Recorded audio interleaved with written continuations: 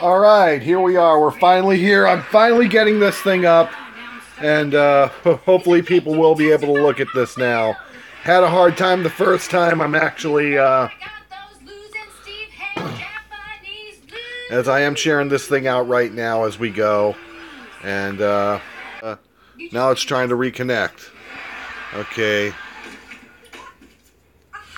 Okay, we are reconnected here, and we're going to do this thing. We're finally going to get it done. I am up to finally the 9th episode of Season 3 of Fuller House, and I got to tell you, this thing has a lot to do. Boy, have we. This one here, I have to admit. It isn't perfect for DJ. There's only one scientific way to find out. An online oh, man. Let me just do this here. I'm not going to worry so much about what happens here with the whole marriage to CJ to Japan with Steve. But I have to admit to this. I'm less impressed with Season 3 of Fuller House than I am with Season 2. I'm going to admit to that. I'm going to call it out. I mean, they're really not doing that much. I mean, with the exception really to, once again, and I'll say it, the character of Ramona, I see Fuller House as being rather starting to get a little lame, which is what I expected, because when you look back into the 80s and 90s with Full House, the first 2 seasons of Full House you got into. When you got into Season 3 and 4, it kind of got stale. And stagnant, and it really wasn't until you got into really Season 5 of Full House that you really started getting into it. I know myself personally and a few others that really felt the same way with that one, because it wasn't running in place.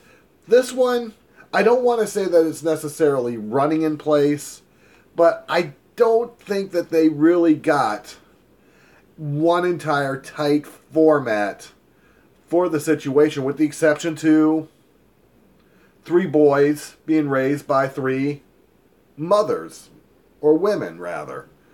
I mean, other than that, I really don't see where this goes. I will say this: the whole thing with Joey, the Dave Coulier's character of Joey, with the kids, with the kids and whatnot, I think it's terrible. I think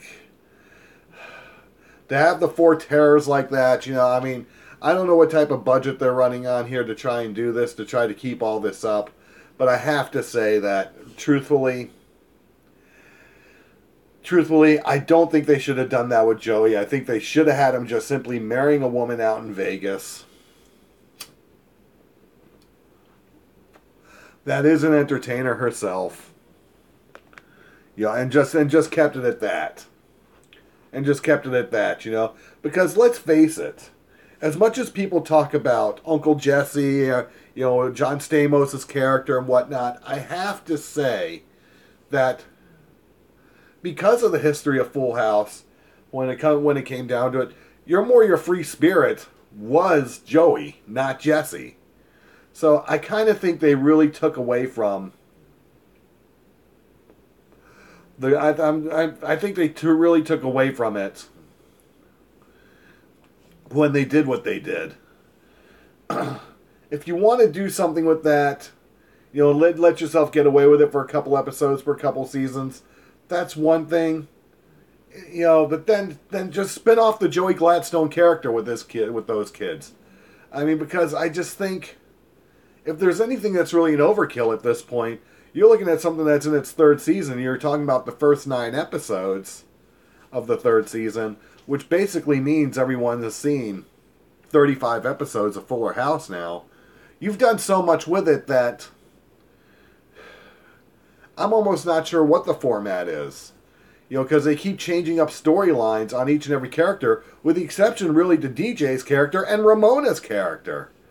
Those are the only ones that really seem to have any sort of balance of a life that you want to believe in. Yeah, it's TV. Yeah, it's a sitcom.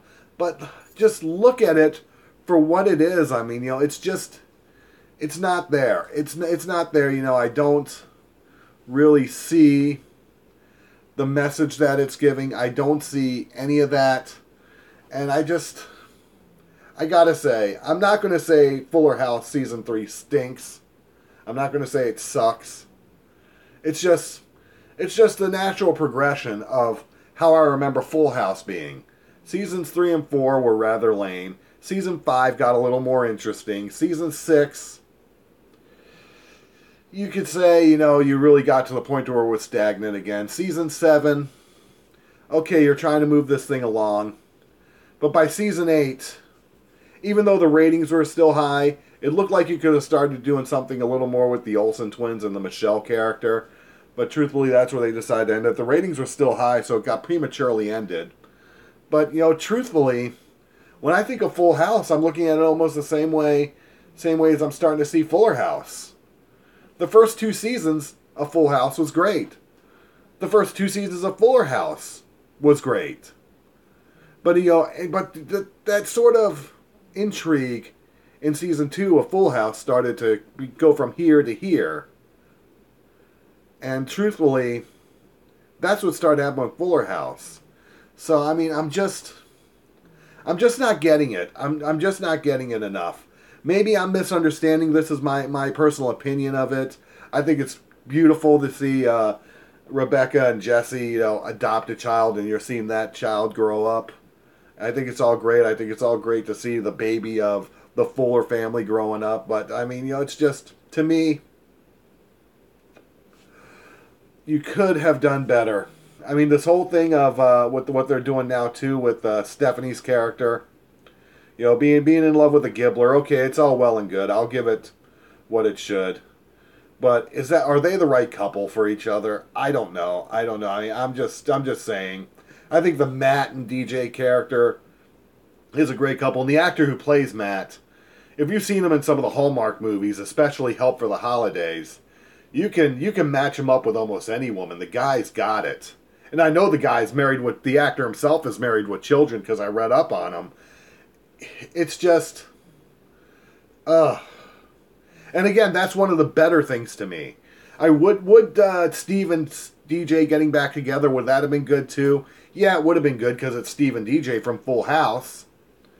I mean, probably why season 6 was probably so much better was because of that fact that you had them together.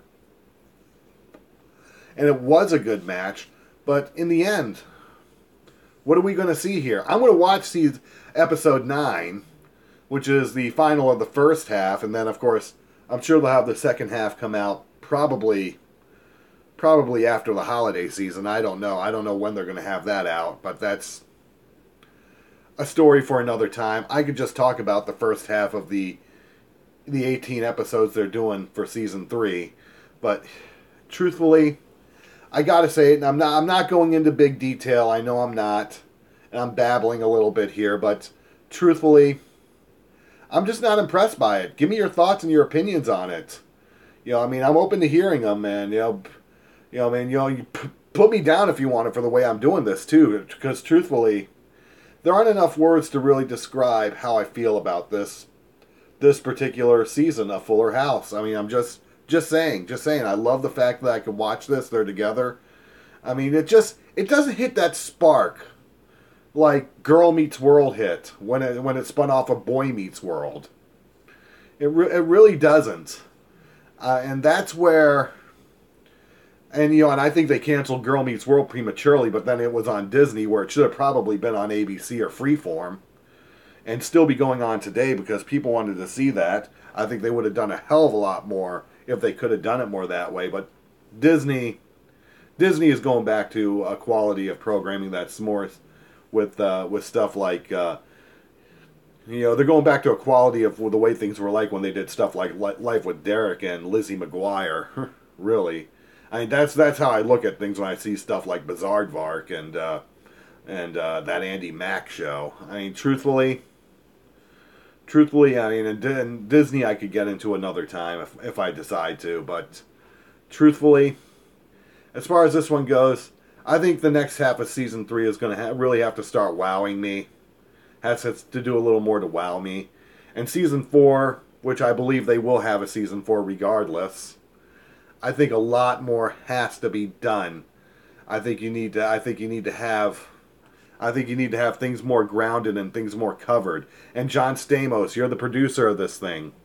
You should know this, being a veteran in TV. Hell, you were best known to a lot of people in the early 80s for being Blackie in General Hospital. Women were just absolutely falling head over heels for you. I have an ex-babysitter who people have a hard time believing was my babysitter when they see her on Facebook, that used to go nuts over you. I'm 8 years old seeing her going nuts on General Hospital babysitting us because John Stamos was on as Blackie. Remember, as much as you want to keep a show moving, at the same time you got to have it well grounded.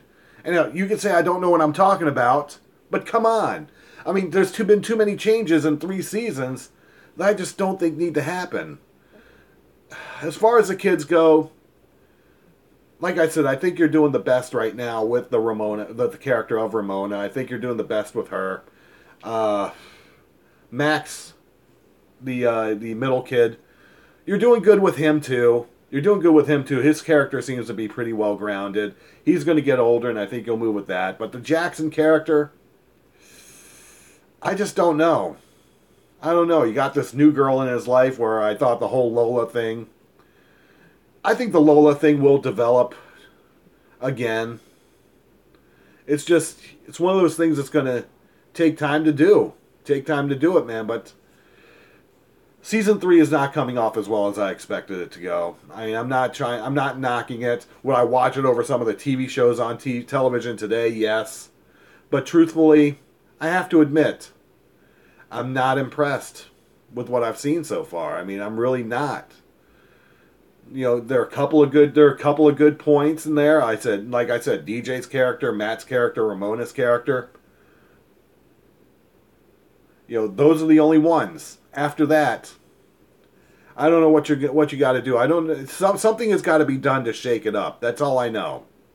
And with that being said, I thank everyone for checking this out, and give me your thoughts.